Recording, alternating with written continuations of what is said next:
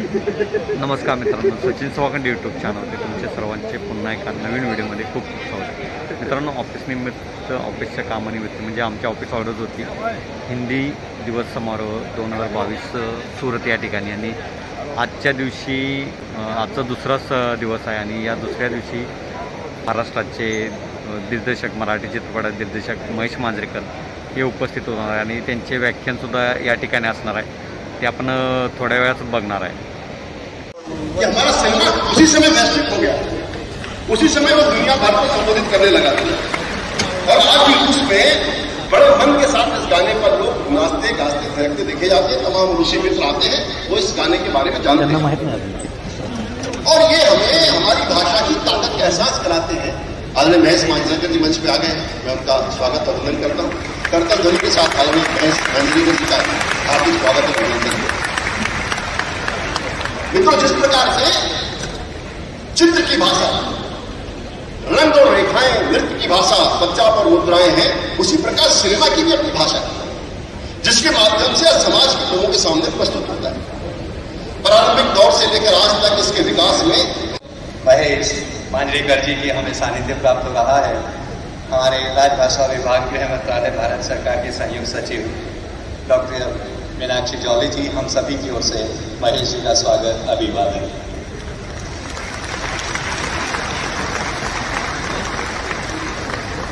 तालियां तालियां तालियां.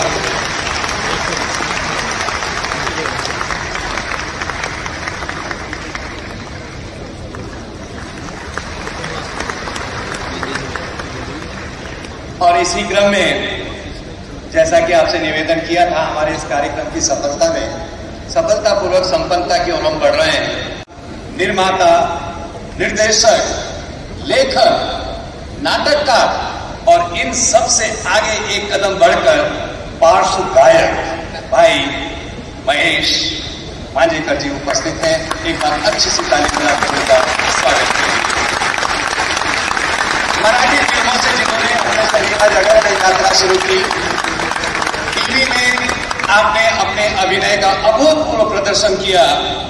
भारतीय सिनेमा जगत के अंदर जाना माना हस्ताक्षर है वो हस्ताक्षर जिसने अपने अभिनय से बड़े पर्दे के साथ साथ छोटे पर्दे पर भी अपनी छाप छोड़ी.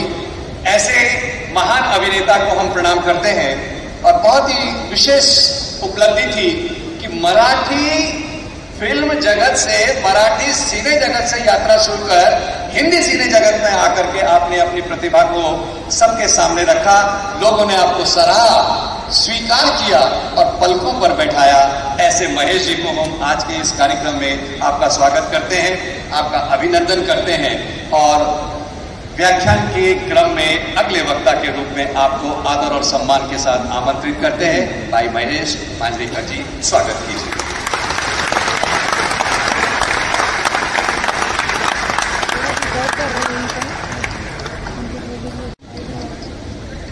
नमस्कार.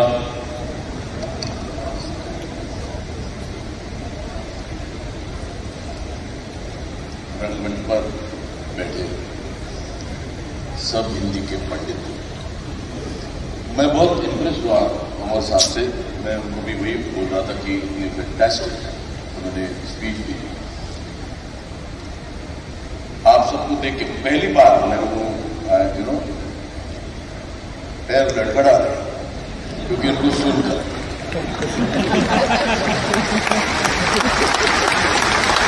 मैं एक मराठी घर से आया हुआ लड़का,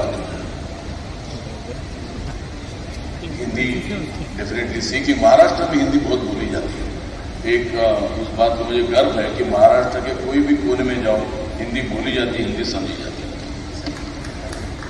अभी ये बैठकर मैं संजय जी का और कुमार जी का स्पीच सुनकर मैं अपने आप को कोस रहा था कि मैंने यहां आने के लिए हार दी.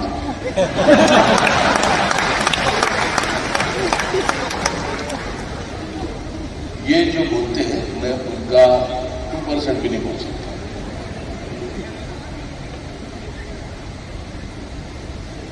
मैं उधर बैठ के वही इनके सुनते हुए वही सोच रहा था कि मैं क्यों आया हूं. इट इज इंग्लिश में जो एक ये है, it is like showing light to the sun. इधर आके मैं बोलता, इन दोनों के बाद पहले बोलता तो निकल जाता था शायद।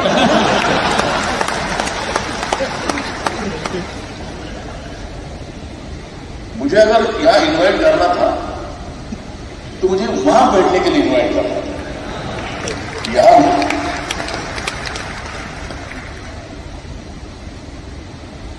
मैं कालिदास से लेके धीरज जी से लेके सबकी, और विदाउट एक पेपर भी नहीं सामने था।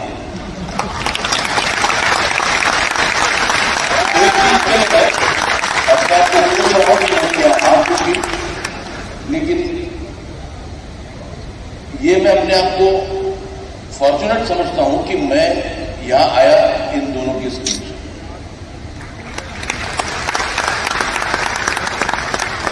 क्या बात करूं मैं आपसे, मैं चाहता हूं कि आपके साथ मैं एक संवाद करूं। अगर आप हिंदी भाषा का मैं ऋणी हूं, क्योंकि आज अगर देश भर या अंतर्राष्ट्रीय स्तर पर अगर मेरी कोई पहचान है तो वो शायद हिंदी की वजह से।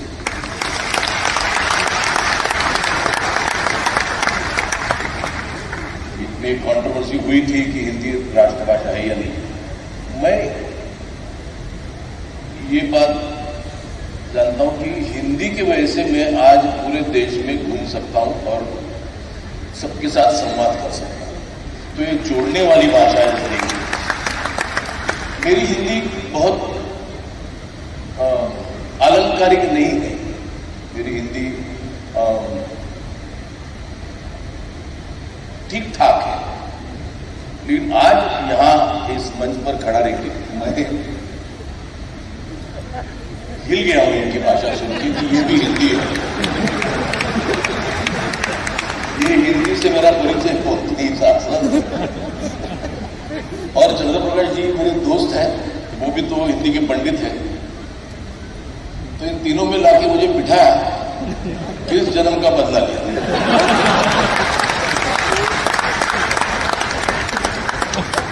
तो मैं कुछ बोलने से अच्छा हम एक संवाद करते हैं। आपके पास कुछ अगर प्रश्न है अबाउट सिनेमा का, हिंदी का कंट्रीब्यूशन सिनेमा में, तो अपन एक संवाद करते हैं, क्योंकि इनके बाद मेरा बोलना उचित नहीं है। यस,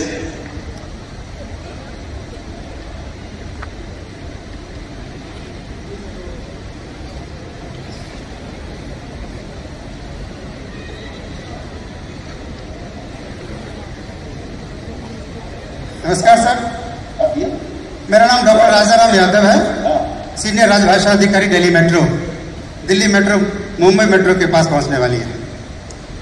अभी हमारे तोमर साहब ने बहुत ही सारगर्भित बातें कही हैं।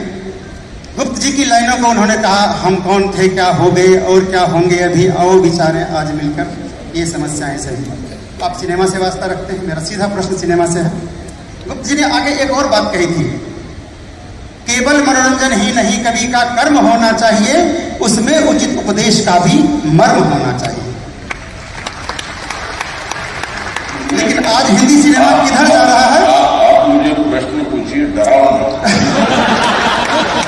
सर एकदम सीधा प्रश्न हो गया सर, प्रश्न आपके पास पहुंच चुका है। केवल मनोरंजन ही नहीं, कवि का कर्म होना चाहिए, उसमें उचित उपदेश का भी मर्म होना चाहिए। गुप्त जी आगे इसी बात से कुछ तकलीफ खा करके उन्होंने बोला कि है पंडितों की राय यह संगीत भी साहित्य है पंडितों की राय यह संगीत भी साहित्य है। श्रुति मार्ग यानी कान, श्रुति मार्ग से मन को सुधारस यह पिलाता नित्य है। संगीत में जब से मदन की मूर्ति अंकित हो गई, यह भावुकों की भक्तिवाणी भी कलंकित हो गई। क्या सिनेमा के परिप्रेक्ष्य में ये भावुकों की भक्तिवाणी कलंकित होने, इस कलंक को हम किस स्तर से, किस तरीके से मिटा सकते हैं? क्योंकि आज जिस तरह से तरह के मतलब बहुत सारे बिंदुओं पे सिनेमा बन रहे हैं, समाज को संदेश भी जा रहा है, लेकिन इसमें जो इतना दिखाओपन, भड़काऊपन और भी बहुत सारी चीजें जो मैं कह नहीं सकता हूं, आप लोग बेहतर समझते होंगे। गुप्त जी की बातों को ध्यान में रख करके क्या सिनेमा को एक नई दिशा दी जा सकती है? बहुत बहुत धन्यवाद। ये मैं ऐसे बिलीव करता हूँ मुझे तुम्हारा प्रश्न समझा। मैंने बहुत सारी स्कूल से लेके कॉलेज तक एग्जाम दिए, ऐसा प्रश्न मैंने कभी सुना नहीं।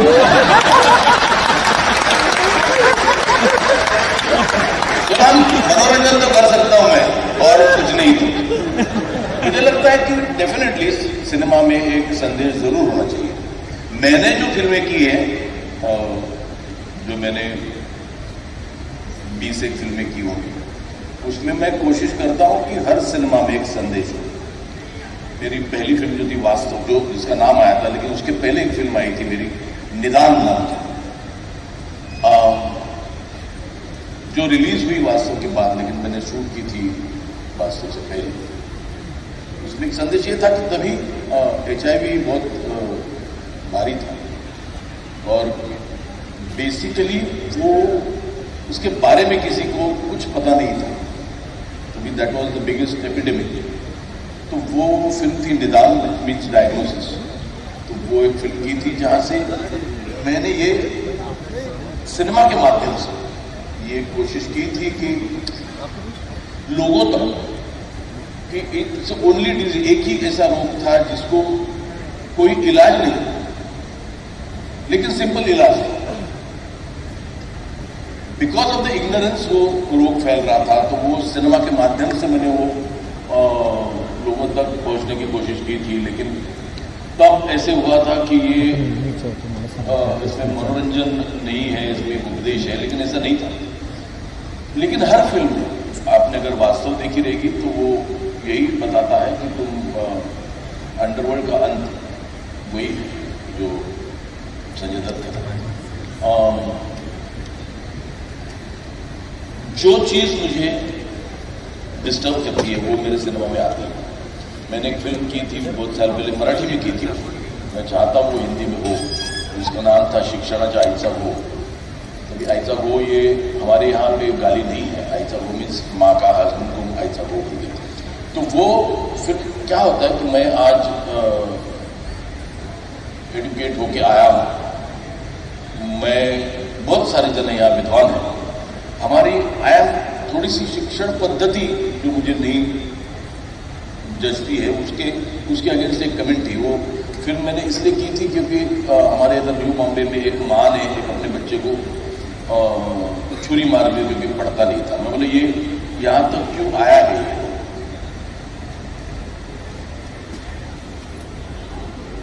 मैंने बचपन में टीचर से और पेरेंट्स से बहुत मार खाई थी कि tables, I don't know tables अभी स्कूल में होते हैं नहीं मालूम है, हमारे तो 20 टेबल्स फायर्ड होते थे। तो मैंने मेरे डैड को तब एक बार पूछा था कि 17 की तरफ तुम बताओ मार क्यों रहे हो। तो वो नहीं जानते। यहाँ बैठे बहुत जन है, उनको मेरे को एक प्रश्न पूछना, एक भी आदमी मुझे बताया कि मोहम्मद गजनी इंडिया में कभी आया, पट करके गूगल में सर्च किए बना बताओ, या कुतुबुद्दीन ने क्या किया था, या ऑस्ट्रेलिया में कितना रेनफॉल होता है, हम क्यों बच्चों को पढ़ा रहे थे। जो चीज हमें लाइफ में आगे, अगर किसी को हिस्टोरियन बनना है तो वो ये सीखे। तो वो उसके अगेंस्ट फिल्म बनाई थी, काकस्पर्श नाम की फिल्म बनाई थी बाल विधवा की। सो किधर तो लाइफ रिफ्लेक्ट और वो होना चाहिए, और कुछ तो एक संदेश पिक्चर में जाना बहुत जरूरी है। शायद तुम्हारा प्रश्न यही था, इसका मैं उत्तर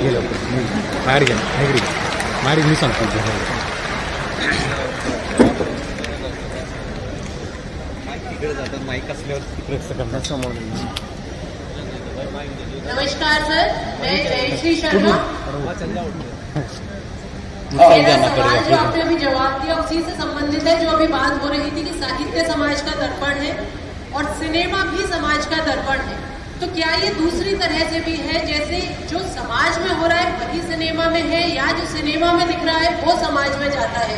तो इन दोनों चीजों का किस तरह से बैलेंस होता है और क्या उससे फर्क है? तुमने जो प्रश्न पूछा वो कि पहले अंडा आया था या पहले मुर्गी आई थी?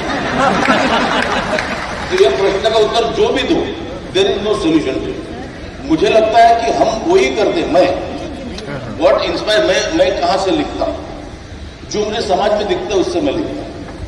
अभी जो मैंने देखा था, मुझे जब मैं मेरे डॉक्टर दोस्त के पास गया था, उसको पूछा था, उसने मुझे बताया HIV के बारे में, तो मैंने सोचा अरे मैं नहीं जानता हूं, तो how can I expect someone down there जो अनएजुकेटेड है उसको जानना है। तो इसलिए that is what inspired me, जिसने प्रेरित किया मुझे कि एक सिनेमा लिखो। एजुकेशन सिस्टम, मुझे वही लगता है कि आज हम कौन है डिसाइड करने वाले कि ये फेलियर है या सक्सेस है? क्यों हम किसी को फेल करते हैं? क्यों हम उसे हमारे व्यू से देखते हैं कि उसने हिस्ट्री में अच्छा होना चाहिए, मैथ्स में अच्छा है, नहीं? हम क्या ये देखते हैं कि वो संगीत में अच्छा है, क्या वो अभिनय में अच्छा है, क्या वो there are so many other ways you can जज अ पर्सन। तो मैं फेलियर के तो समवेयर, मैं अगर मुझे पूछा तो मैं समाज में जो होता है तो मेरे पिक्चर में रिफ्लेक्ट होता है। इट इज नेवर, कोई फैब्रिकेट नहीं करता। और फिर भी मैं बोलता हूं कि ये प्रश्न वैसा ही है कि पहले अंडा आया था पहले मुर्गी आई थी। मुझे मालूम है पिक्चर देखने के बाद लोग बोलते कि अरे इंस्पायर होकर इसने कुछ किया, बट क्या कभी किसी को मेकर को पूछते कि तुम कहां से इंस्पायर हो पिक्चर में डालने के लिए? तो डेफिनेटली सोसाइटी में जो होता है वो मेरे पिक्चर में रिफ्लेक्ट होता है। मैंने अभी एक फिल्म बनाई है जो सब है मेरे, एक एक्सप्रेशन ऑफ एंगर है। आज तुम सोसाइटी में जब घूमते हो, देयर आर बहुत सारी चीजें जिससे तुम्हें गुस्सा आता है, तो वो मैं सिर्फ फिल्म बनाना जानता हूं, तो मैंने वो फिल्म में डाली। अभी उसको एक फिल्म का एक कैरेक्टर बना के उसमें से वो कमेंट करता है सोसाइटी में जो चीजें जो मुझे अच्छी नहीं लगती, जो मुझे लगता है किसी को भी अच्छी नहीं लगेगी, वो रिफ्लेक्ट होगी। तो ये कहीं तो आई थिंक सोसाइटी में से जो मैं देखता हूं वो मेरी फिल्म में रिफ्लेक्ट होती है। सर, मेरा एक सवाल है आपसे। मैं पूर्वोत्तर क्षेत्र से हूँ और पूर्वोत्तर में जैसे हिंदी हमारे लिए संपर्क भाषा के तौर पे है और पूर्वोत्तर में जो हिंदी फिल्में हैं काफ़ी पॉपुलर है। तो मैं आपसे ये पूछना चाहती थी, क्या आपने कभी भी ऐसे भविष्य में पूर्वोत्तर से संबंधित या पूर्वोत्तर की जो संस्कृति है या समस्याएं हैं उनसे संबंधित फिल्मों का निर्माण करने के बारे में सोचा है? अभी सोचूं काफी सारी चीजें हैं, इतनी ब्यूटीफुल है बहुत सर, तो वो और 7 राज्य आते हैं उसमें, और हाल ही में उन्होंने बनाया भी है। लेकिन एक मूवी जो थी वो सिर्फ नागालैंड को ही हाईलाइट कर रही थी, लेकिन उससे पूरा पूर्वोत्तर के बारे में मतलब बोला गया कि वो पूरा पूर्वोत्तर है। एक्चुअली वो पूरा पूर्वोत्तर नहीं था, वो सिर्फ नागालैंड को ही हाईलाइट कर रहा था। तो पूर्वोत्तर की एक कहानी अगर मिली जी सर, जो लोगों तक जाना जरूरी है, जी सर, तो मैं सर आपसे रिक्वेस्ट रहेगी कि भविष्य में आप कोशिश करिए कि बना सके। 100% उस बारे में पूर्व वहाँ का नजारे एंजॉय कर सके। धन्यवाद सर। सर नमस्कार, मैं डॉक्टर मुनीन्द्र मिश्र, फिर पूर्वोत्तर अगरतला से। आप जितना मराठी फिल्मों में किए हैं, हिंदी फिल्मों में किए हैं, वैसा ही आपका प्रभाव तेलुगु फिल्मों में भी रहा है। हम सब के लिए तेलुगु या दक्षिण भारत की फिल्मों में हिंदी का प्रभाव, या वहाँ की फिल्मों में हम आज RRR या बाहुबली इनको देखकर वहाँ का रूप तो देख रहे हैं, लेकिन वहाँ हिंदी का क्या प्रभाव है इसके बारे में लगभग अंधेरा सा है। इसमें कुछ प्रकाश आप डालिए, कुछ जानकारी वहाँ के बारे में दीजिए कि हिंदी का क्या प्रभाव वहाँ पर हुआ। ये $1 मिलियन प्रश्न है, इसका मुझे उत्तर आता रहता तो मैं खाली इसका उत्तर देके बहुत सारे पैसे कमा लेता, क्योंकि इसका उत्तर नहीं है। हिंदी क्या होता है कि वहां के जो लोग हैं साउथ के, वो बहुत लॉयल फिल्म गोअर्स है, लॉयल है और उनकी भाषा से लॉयल है, और मुझे लगता है लॉयल होना चाहिए। बट क्या हो रहा है कि आज थोड़े से डर गए हिंदी फिल्म इंडस्ट्री वाले, इनको लगता है इन्होंने आके कैप्चर किया। उन लोग भी अपनी कहानियां बता रहे हैं, उन लोग भी रामायण और महाभारत ही बता रहे हैं। सिर्फ तेलुगु भाषा में बना के आपको हिंदी में डब करके दिखा रहे हैं। तो उनके सक्सेस से हमें डरने की कोई जरूरत नहीं है, कोई जरूरत नहीं है। ये क्या कर रहे हैं, हम डर गए। हम क्या कर रहे हैं अभी हिंदी पिक्चरों में वहां के एक्टर्स ले रहे हैं ताकि ये पिक्चरें वहां चले। वैसा कुछ नहीं होने वाला। तुम अच्छी पिक्चरें बनाओ, वो वहां भी चलेगी और यहाँ भी चलेगी। ये हर बड़ा एक्टर आजकल एक साउथ का हीरो या साउथ की हीरोइन ले रहे पिक्चर में, ये स्वाभाविक है तो ठीक है। तुम बिजनेस के लिए कर रहे हो तो उससे बिजनेस नहीं होगा, ये मेरा कहना उचित नहीं है। लेकिन अभी एक फिल्म आई थी जहां पे एक साउथ के एक्टर को लिया था, बड़ी फिल्म, ये सोच के, पर ऐसा कुछ नहीं होता। वो साउथ के एक्टर को वो वहां के फिल्म को देखेंगे। बट ये बात उतनी ही ट्रू है कि वहां के फिल्म मेकर्स बहुत डेडिकेटेड फिल्म मेकर्स हैं। हम उनके जैसे डेडिकेटेड फिल्म मेकर्स बने तो हिंदी फिल्में साउथ में भी उतनी ही चलेगी जितनी नॉर्थ में चलती है। सर नमस्कार, मैं इंस्पेक्टर सुनील कुमार, सीमा सुरक्षा दल यानी बॉर्डर सिक्योरिटी फोर्स दिल्ली से आया हूं। आप सभी को मेरा नमस्कार। कल से हम चर्चा कर रहे हैं कि हमारी 3 माँ होती हैं, एक जन्म देने वाली माँ, दूसरी मातृभूमि भारत माता और तीसरी भाषा रूपी माँ, मातृभाषा। माँ पे आपने फिल्में बनाई, आपके सिनेमा जगत ने माँ पे काफी फिल्में बनाई हैं, भारत माता पे फिल्में बनाई हैं। मेरी अपेक्षा है कि आप कोई ऐसी फिल्म बनाए जो मातृभाषा हिंदी पे हो, जिसका नायक त्रिपाठी जी जैसा नायक हो, प्रसून जोशी जैसे गीतकार हो जो कल हमारे मुख्य अतिथि के रूप में आए थे, और जिसकी कहानी तोमर सर जैसे और जैन साहब जैसे जो कल IAS अधिकारी थे, उन जैसे प्रतिभावान लोगों पर जिन्होंने हिंदी के माध्यम से अपना परचम लहराया है और हिंदी को प्रतिष्ठित किया है, वो हो जिसकी नायिका हिंदी पे मरती हो, अंग्रेजी पे गंदा उस गाने वालों को छोड़कर हिंदी पे मरती हो। तो मेरी अपेक्षा है कि कोई ऐसी फिल्म बनाएंगे और मुझे लगता है कि इससे लोगों को जो युवा वर्ग है उसको प्रेरणा मिलेगी और हिंदी का विकास होगा। नहीं, मैंने एक फिल्म बनाई है जो अभी रिलीज नहीं हुई है, जो पूरी हिंदी है, प्योर, जो चंद्रप्रकाश द्विवेदी ने उसके संवाद लिखे, तो वो फिल्म भी रिलीज होगी। तो मैंने प्रयत्न किया है जिसमें प्योर हिंदी हो, क्योंकि गुरुजी थे साहब, तो वो एक क्या बोले पीरियड फिल्म है जो आप देखेंगे तो आप बोलोगे कि करेक्ट फिल्म है।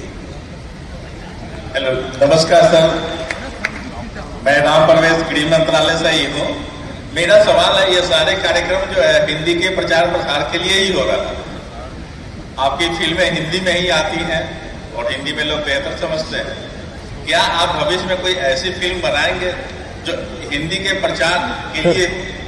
1 मिनट पकड़िए ना, इनका भी वीडियो बनाना तो अच्छे से ले रहे। ये क्या, यहाँ आने के पहले मैं किस कुएं में जाने वाला मुझे पता नहीं था। रिकॉर्डिंग चालू है, रिकॉर्डिंग। ये बहुत अच्छा फीलिंग है यहाँ पे आके, बहुत अच्छा लगा कि ना ये आप जो बोल रहे हैं वो शायद मैं सोचूंगा जहाँ पे हिंदी एक फिल्म हो जहाँ पे हिंदी का प्रचार हो। सर ऐसा हो, हम लोग भी प्रयासरत है, हमारे मंत्री जी, हमारे प्रधानमंत्री जी भी प्रयासरत है हिंदी को आगे बढ़ाने के लिए, और सिनेमा से अच्छा कोई माध्यम नहीं हो सकता है। नहीं, अगर हिंदी फिल्म में जितनी ज्यादा चले उसमें फायदा हमारा भी है। अभी तक तो अक्सर आप फायदे के लिए कर रहे थे, प्रचार के लिए करेंगे, ऐसा नहीं होता। सब जन अपने अपने फायदे के लिए करता है। उससे क्या होता है, अगर हिंदी का प्रचार हो तो ज्यादा लोग आएंगे, जितने ज्यादा लोग आएंगे it is a give and take.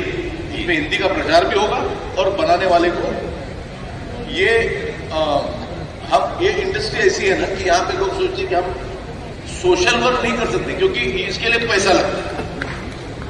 एक कैमरा हायर करने में जाओ तो मैं अगर किसी को बोलूं कि मेरे को हिंदी का प्रचार करने का कैमरा फ्री में दूंगा, कोई नहीं देगा।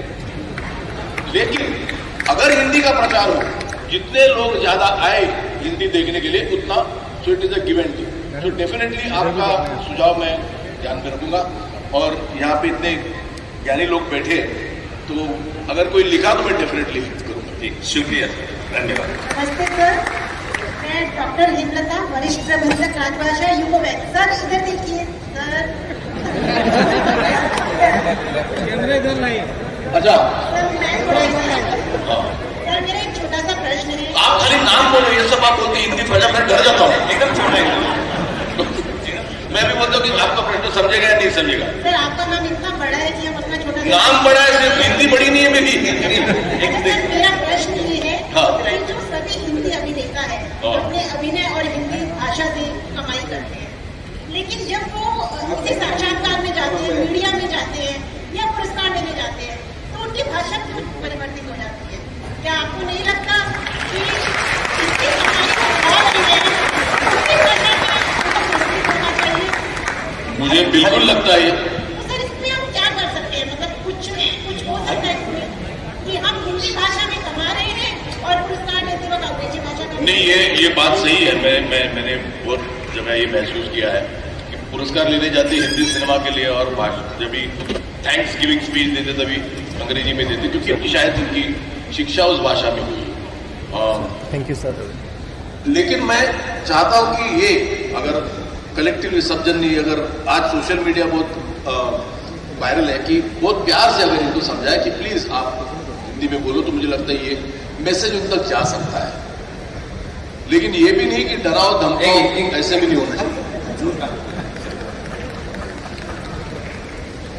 हाँ सर मैं EPFO से आया हूँ, सचिन समाखंडे, महाराष्ट्र कोल्हापुर से हूँ सर। तो सर एक छोटा सा ये है कि हिंदी भाषी जो ये है, तो ऐसा एक सब्जेक्ट बना के ले लीजिए जो चित्रपट जो अपना फिल्म है वो तमिल में डब हो जाए। जो हिंदी भाषा का जो मूवी है वो तमिल में डब होना चाहिए। मैंने एक फिल्म बनाई है हिंदी में, जो वापस मैं वही बोलता हूँ जो चंद्र प्रकाश जी ने लिखी है, वो मैंने तमिल में भी की है। सर नमस्कार, मैं आसाम से हूँ, राष्ट्रीय कृषि और ग्रामीण विकास बैंक से जीवन क्षेत्र। सर मेरा एक सिंपल सा सवाल है और आपको जवाब आसानी से आपके पास होगा, मुझे विश्वास है। और सर आपको लगता है कि हिंदी सिनेमा की लोकप्रियता घट रही है? अगर घट रही है तो क्यों सर? जब हम स्कूल कॉलेज में थे तो भीड़ काफी बढ़ती थी, फाइट होती थी बाहर। सिनेमा के अंदर तो फाइट होती थी, लेकिन सिनेमा हॉल के बाहर भी हम लोग फाइट करते थे। लेकिन आज वो दृश्य नहीं देखा जा सकता। हाँ पूछा ना। नहीं, मुझे नहीं लगता। क्या होता है कि जो पिक्चर है वो भी तमिल में एंटरटेनमेंट के अलग अलग माध्यम अभी उपलब्ध है, तभी नहीं थे। आज OTT है, आज टेलीविजन है, वो सब है कि लोग और बहुत सारी जगह जा सकते हैं। दूसरी बात क्या हो रहा है कि जो बाहुबली पिक्चर चला या आज KGF चला या RRR चला, वो हिंदी भाषेवर चला है। संमेलन संपलं तर त्या ठिकाणी मला व्हिडिओ कंप्लीट करता आला नाही, कारण का झालं की ज्यावेळेस संमेलन संपलं तर महेश मांजरेकर यांच्याशी सेल्फी काढण्याचा मोह पण आवरला नाही, मग त्यामुळं खूप गर्दी झाली त्या ठिकाणी. मग मला व्हिडिओ कंप्लीट करता आला नाही, कारण मीही त्यातच सामील झालो होतो, कारण मीही सेल्फी घेतला. एक तो फोटो मी तुमच्याशी शेअर करतो. आणि सेल्फी कारण गर्दी पण इतकी होती, खूप भरपूर गर्दी होती, त्यामुळं